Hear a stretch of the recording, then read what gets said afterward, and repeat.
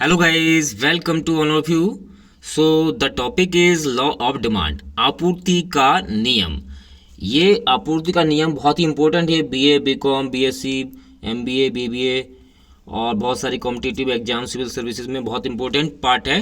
तो इसको बहुत ध्यान से समझिए और नोट्स बनाने के लिए अपने पॉज करके आप नोट्स बना सकते हैं. टॉपिक शुरू करते हैं.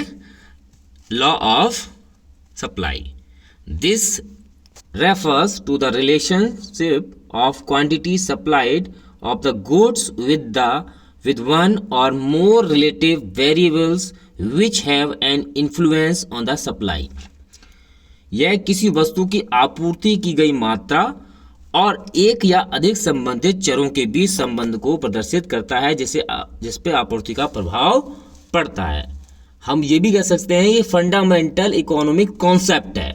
ये क्या है? फंडामेंटल इकोनॉमिक कॉन्सेप्ट भी है, जिसको हम कैसे कह सकते हैं, क्योंकि ये डिस्क्राइब करता है the total amount of specific goods services that available to the consumer.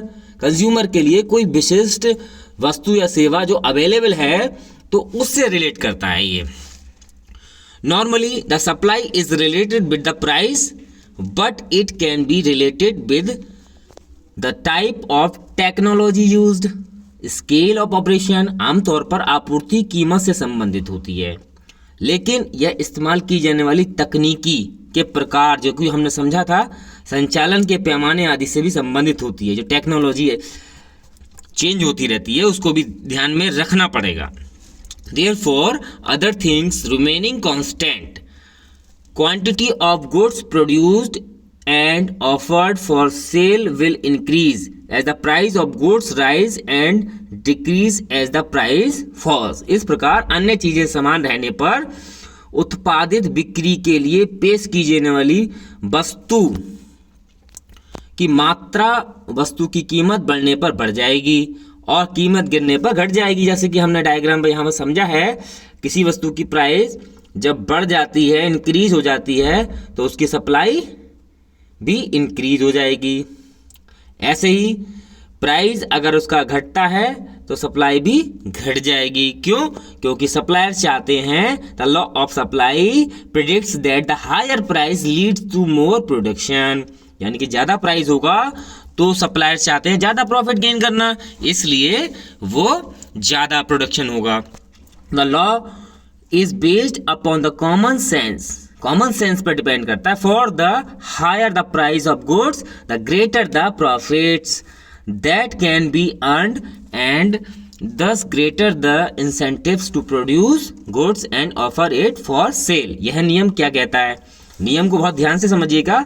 ये ज्ञान पर आधारित है, सामान्य ज्ञान पर, क्योंकि वस्तु की कीमत जितनी अधिक होगी उतनी ही अधिक लाभ कमाया जा सकता है. इस प्रकार वस्तु का उत्पादन ज़्यादा से ज़्यादा करेंगे, उससे बिक्री के लिए पेश करने के लिए अधिक प्रोत्साहन मिलेगा.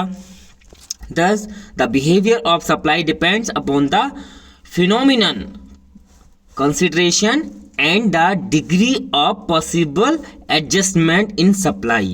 इस प्रकार आपूर्ति का व्यवहार विचाराधीन घटना और आपूर्ति में संभावित समायोजन की डिग्री पर निर्भर करता है. आपूर्ति का वक्र व्यवहार विचार किए गए समय से भी प्रभावित होता है. So the law is known to be correct and large number of causes. यानी कि यह नियम कई मामलों में सही माना जाता है. कैसे? There is an exception however if we take supply of labour. If we take supply of labour at various high wages we may find that the supply of labor has decreased instead of increasing. यानी कि यह नियम कई मामलों में सही माना जाता है. हालांकि एक अपवाद भी है. यदि हम बहुत अधिक मजदूरी पर श्रम की आपूर्ति लेते हैं तो हम पा सकते हैं कि श्रम की आपूर्ति बढ़ने की बजाय घटने लगी है. अगर शॉर्ट रन में बात करें, if it may not be easy to increase supply, but in the long run supply can be easily adjusted in response to changes in price. यानी कि अल्पावधि में आपूर्ति बढ़ाना आसान नहीं हो सकता है, लेकिन दीर्घावधि में कीमत में परिवर्तन के अनुसार आपूर्ति को आसानी से समायोजित कर सकते हैं। आपूर्ति के नियम को आपूर्ति अनुसूची और आपूर्ति वक्र के माध्यम से भी समझाया जा सकता है, जैसे जो कि हमने नीचे समझा है। The law of supply one of the most fundamental concept in economics. जैसा कि हम पहले बता चुके हैं कि आपूर्ति नियम अर्थशास्त्र में सबसे मौलिक अवधारणाओं में से एक है। सबसे मौलिक अवधारणाएं जो हैं उनमें से एक है ये। It works with the law of demand to explain how the market economics allocate resources and determine the price of goods and services. यह मांग के नियम के साथ काम करता है कैसे? बाजार की व्यवस्थाएं संसाधनों का आवंटन करती हैं और वस्तुओं और सेवाओं की कीमतें निर्धारित करती हैं।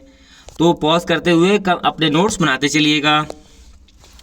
If the consumer demand rises over time the price will rise and suppliers can choose to devote new resources to production.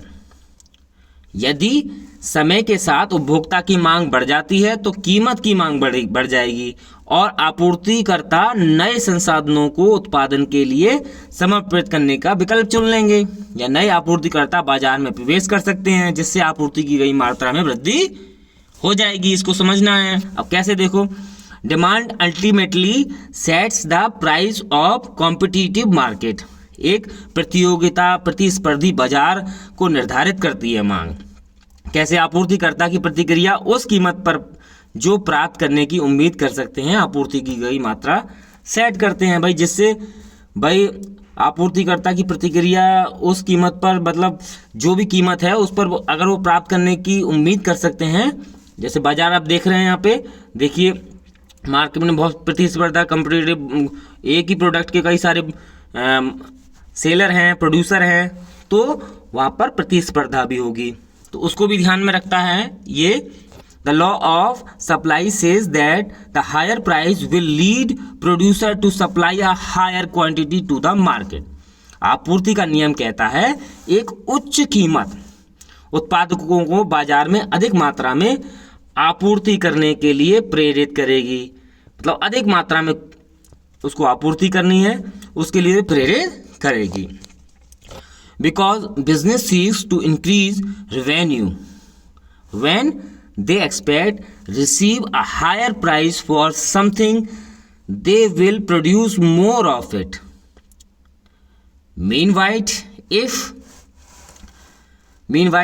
if the prices fall, suppliers are disincentivized from producing as much. यानी कि क्योंकि व्यवसाय राजस्व बढ़ाना चाहता है, जब वे किसी चीज़ के लिए अधिक कीमत प्राप्त करने की अपेक्षा करते हैं तो वो इसका अधिक उत्पादन करेंगे, ज़्यादा लाभ कमाने के लिए। इस बीच यदि कीमतें गिरती हैं तो आपूर्तिकर्ता को उतना ही उत्पादन करने से हतोत्साहित भी किया जाता है। So the supply in a market can be depicted as an upward. जैसा कि हम डायग्राम में से देख रहे हैं, ये अपवर्ड की कैसे हो सकता है? Sloping supply curve that the shows how the quantity supplied will respond to various prices over a period of time. एक बाजार में आपूर्ति को ऊपर की ओर झुके हुए आपूर्ति वक्र के रूप में दर्शाया जा सकता है कि आपूर्ति की गई मात्रा समय की अवधि में विभिन्न कीमतों पर कैसे प्रतिक्रिया देगी। मांग के साथ आपूर्ति का नियम और आपूर्ति के नियम का आधा हिस्सा बनाता है। Thank you all of you.